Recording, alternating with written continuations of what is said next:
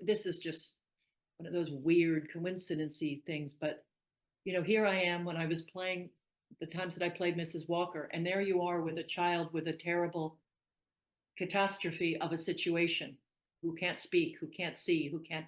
And so there's scenes in the show where you're waiting as your child, Tommy, is going through, like, wasn't an MRI machine. I don't think they had the technology, but the equivalent of that. Then I leave the show to, have this happy ending, because I was, having a difficult time in my, the whole personal life with my marriage. And so this baby, it was going to be, as many babies can be, this beautiful new transition to a different kind of life. And my mother had four of us. She always had wanted to have natural childbirth. I think she did with my younger sister finally. So I'd never been scared of birth. I always thought it was going to be this amazing, um, uh, amazing, what is that word? But I'm forgetting it. It has to do with the Greek tragedy, but I'm forgetting it. But this wonderful thing that you go through, again, probably a test of some sort, a physical test where you're just like, I'm going to do this. And it just went bad.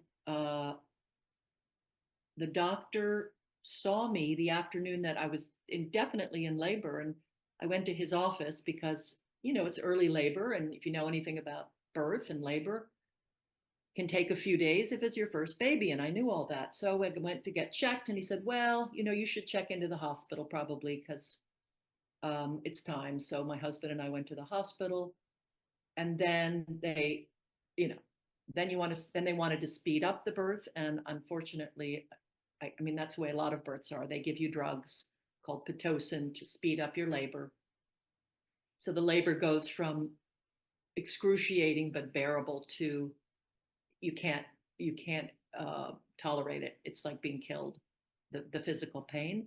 So then you say, okay, I'll get the epidural, which everybody does, and it always works out. We got the epidural. I got the epidural, and then it was clearly time. It was the pushing time, but you're numb, so you can't really feel it. And something happened. That's all I can say is, all of a sudden, her heart rate was going down to nothing. And as I said in one of those chapters, the doctor said, baby's not happy where she is. We need to get her out now. And it was this horrific kind of moment of, I was in excruciating pain at this point, and they are getting her out with forceps, I think my husband said. And she came out, and she wasn't breathing. They had meanwhile called the NICU, which is the neonatal intensive care unit. There was fumbling. They put a tube down her to intubate her, to get oxygen into her. And before we knew it, in a few minutes, she had left the room with all the doctors.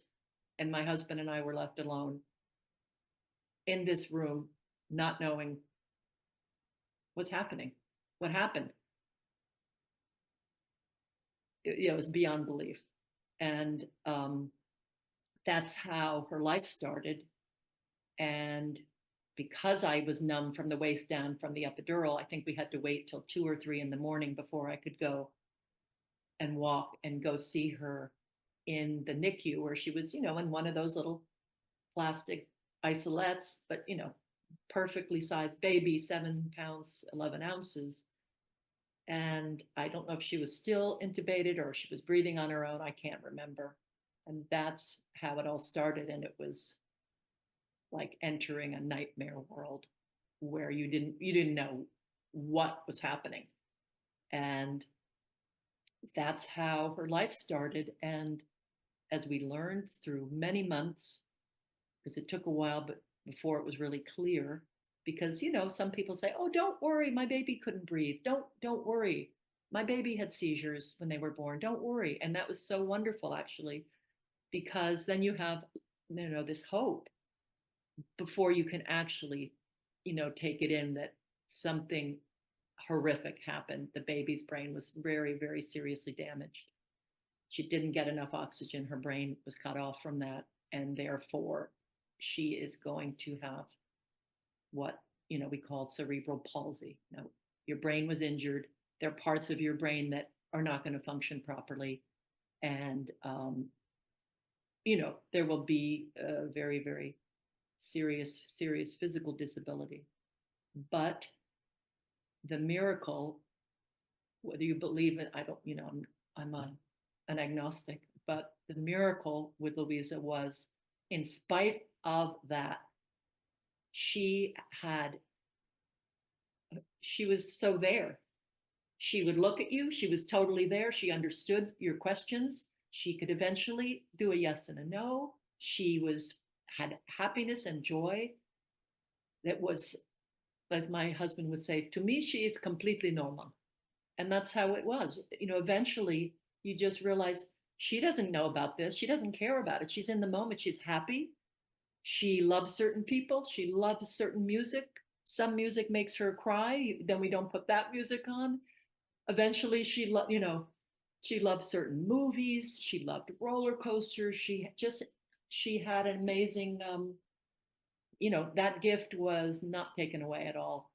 So she got us through because, and that's why I called the book this, because one day, she was getting physical therapy because the state in New York at that time, and I'm sure now, if you got in this program because your child had a problem, they were sending therapists over to my parents' apartment where we lived, I think for about 10 months. And I was thinking, and getting slightly hysterical, saying to my husband, is she always going to be lying down? And he was very calm and just said, she may be lying down, but she may be very happy. And he doesn't even remember saying it. When I told him years later that was like, that's what happened. And that moment was so clear in my head. But it's so interesting, those things that just go out of our head. And for other people, it's a huge shift in time. I think my official story is that when we were living at my parents' and we were in this really, maybe other people are better at it. I don't know. I was terrified. I didn't know what was going to happen with her. I didn't know, was it all going to disappear? Oh, she's going to get therapy. Everything will be fine. It's just, she'll have to catch up a little, catch up. That was a phrase that was sometimes used. So I thought, I need to talk to a therapist or something. That's what I thought. I have to talk to somebody. And I went one time to somebody and it made me feel so much worse talking to a person once. So I did not go back. And at some point, I think my husband had given me an early laptop. So I would sit, maybe I'd kept journals very sporadically in the past. And so I started doing very simple journaling about what was happening. And, you could just say misery, terror. We just saw the fifth neurologist, and something looks bad, or, writing about those little things, those big things. That's the only thing that made me kind of feel better, where you could get it out and put it on, not even paper, but you put it in your computer. You have this little story going. And I think in a way, it came from there probably, because at some point I stopped with that journal because I always have unfinished journals everywhere. And, but I read tons of memoirs. I read a lot of nonfiction. And I think somewhere in that year, I remember reading Annie Lamott's book called Operating Instructions, which was this amazing memoir she wrote about raising her son. I think she was a single mom, decided she was going to have this baby, and what she went through. And this was a typically developing baby, as they say. but just stuff about motherhood and conflicted feelings. And I got a lot from that book, I guess, because what we were dealing with was very difficult and complicated. And to read what she wrote just gave me a lot of maybe, I don't know, when it's normalized that, yeah, you can feel like you're going to go cuckoo with this child for whatever reason. And we had, a different kind of reason, but I was reading a lot. And then, years later, we're living out in California because we moved for the bridge school for Louisa. And this friend of mine who's a writer just suggested that we write something together. And why don't we just write about the kids arriving in their wheelchair vans to the school? How would you describe that? And out of the blue, I start writing in the third person. Like I gave myself another name, but it was all true.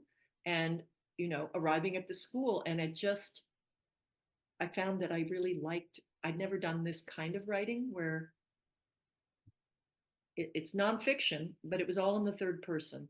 And that eventually, over many, many, many years, at some point, I had done a 3-day workshop with a wonderful writer named Abigail Thomas, shared some of the pages, got some good feedback.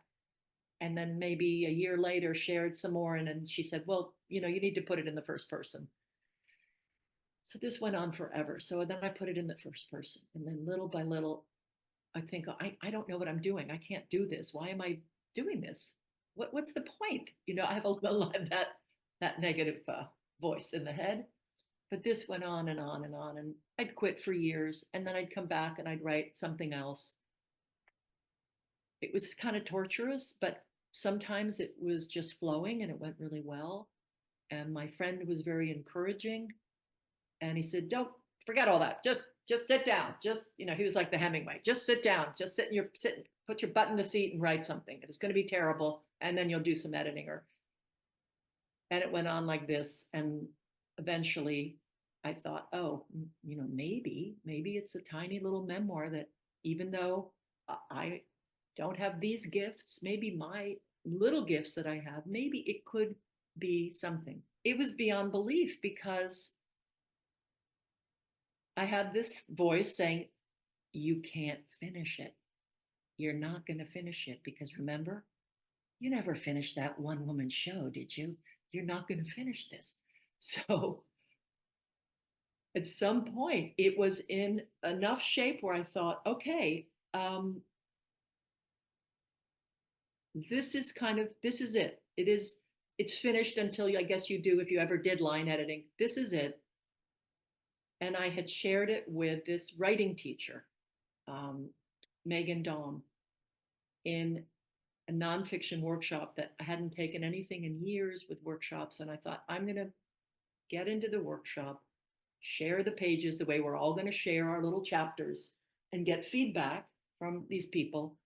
And my point, and I'll just come into the group saying, I've got this thing.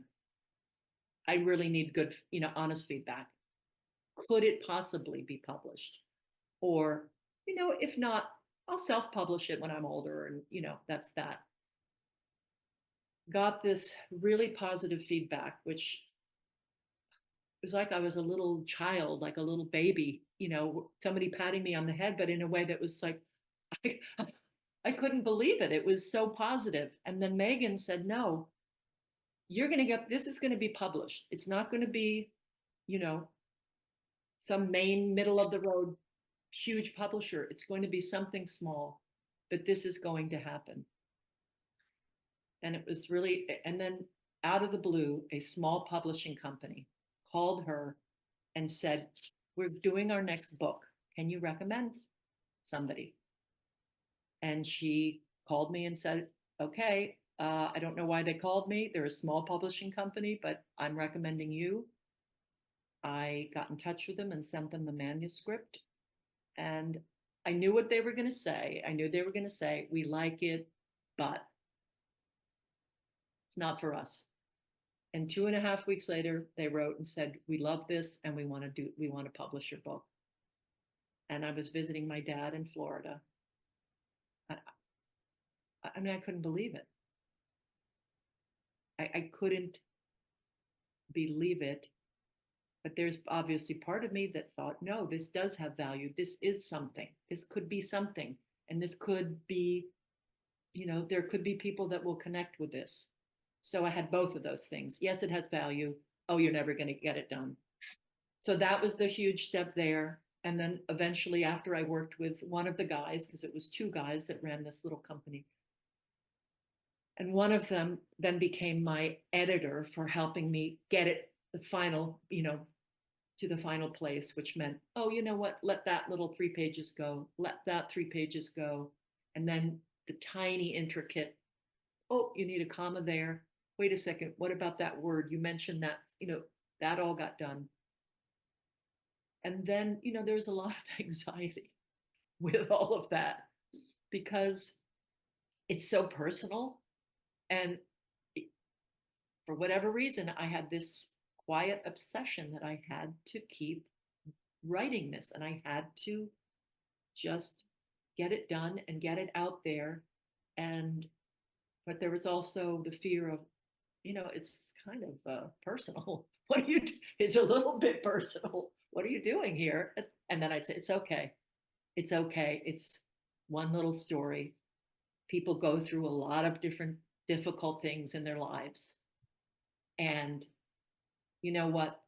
You don't have to hide everything in life. You can actually, if you do it properly and gently, you can tell these stories.